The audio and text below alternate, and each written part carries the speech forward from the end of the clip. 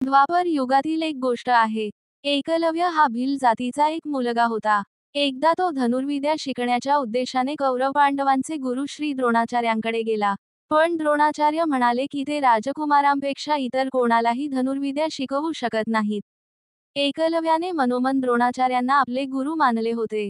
म्हणून त्यांनी नकार दिल्यावरही त्याच्या मनात गुरूंप्रती तक्रार वा दोषदर्शनाची वृत्ती स्फुरली नाही आणि गुरुप्रती श्रद्धा सुद्धा कमी झाली नाही. तो तेथून घरी न जाता थेट जंगलात गेला. तेथे त्याने द्रोणाचार्यांची एक मातीची मूर्ती बनवली. तो दररोज गुरुमूर्तीची पूजा करायचा, मग त्या मूर्तीकडे एकटक पाहत पाहत ध्यान करायचा आणि तिच्यापासून प्रेरणा घेऊन धनुर्विद्या शिकायचा. एकलव्य यांच्या जीवनातील या अद्भुत घटनेने आपल्या शिक्षणाच्या पद्धतीवर एक नवीन दृष्टिकोन दिला. एकलव्याच्या मनात गुरूंप्रती तक्रार वा दोषदर्शनाची वृत्ती स्फुरली नाही आणि गुरुप्रती श्रद्धा सुद्धा कमी झाली नाही. अशा प्रकारे अभ्यास करीत करीत तो धनुर्विद्येत अगदी निपुण झाला. एकदा द्रोणाचार्य धनुर्विद्येच्या सरावासाठी कौरव पांडवांना घेऊन जंगलात गेले. त्यांच्यासोबत एक कुत्रा सुद्धा होता. तो पळत पळत पुढे निघून गेला. जेथे एकलव्य धनुर्विद्येचा सराव करीत होता तेथे तो पोहोचला. एकलव्याचा विचित्र वेश पाहून कुत्रा त्याच्यावर भुंकू लागला. कुत्र्याला इजाही होऊ नये आणि त्याचे भुंकणे सुद्धा बंद व्हावे अशा प्रकारे एकलव्याने त्याच्या तोंडावर 7 बाण मारले.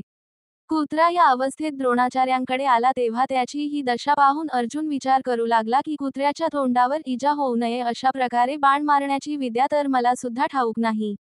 अर्जुनाने गुरु द्रोणाचार्यांना विचारले, गुरुदेव, तुम्ही म्हटलं होतं की कोणीही तुझ्याशी बरोबरी करू शकत नाही, पण अशी धनुर्विद्या मला सुद्धा ठाऊक नाही. द्रोणाचार्याने विचार केले की या जंगलात असा कुशल धनुर्धार कोण आहे. पुढे जाऊन पाहिले तर त्यांना हिरण्यधनुचा मुलगा गुरुभक्त एकलव्य दिसला.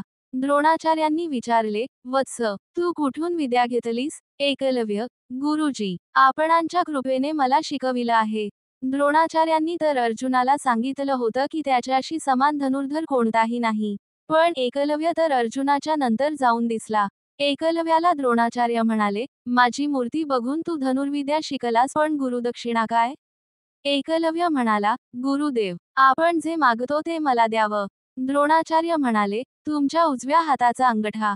एकलव्याने क्षणाचाही विचार केला नाही आणि आपल्या उजव्या हाताचा अंगठा घेऊन गुरुदेवांच्या चरणी अर्पण केला. द्रोणाचार्याने आशीर्वाद दिले, वत्स, अर्जुन धनुर्विद्येत सर्वात आगाऊ आहे कारण मी त्याला वचन दिले आहे. पण जोपर्यंत सूर्यचंद्र आणि नक्षत्र असतील, तोपर्यंत तुमचे यश होत राहील. एकलव्याची गुरुभक्ती आणि एकाग्रतेने त्याला धनुर्विद्येत यश मिळवला. त्याच्याबरोबर संतांच्या हृदयातही त्याच्यावर आदर प्रगट केला. धन्य आहे एकलव्य, ज्याने गुरुमूर्तीतून प्रेरणा घेऊन धनुर्विद्येत यश मिळवले आणि अद्भुत गुरुदक्षिणा देऊन साहस, त्याग व समर्पणाचा आदर्श सादर केला.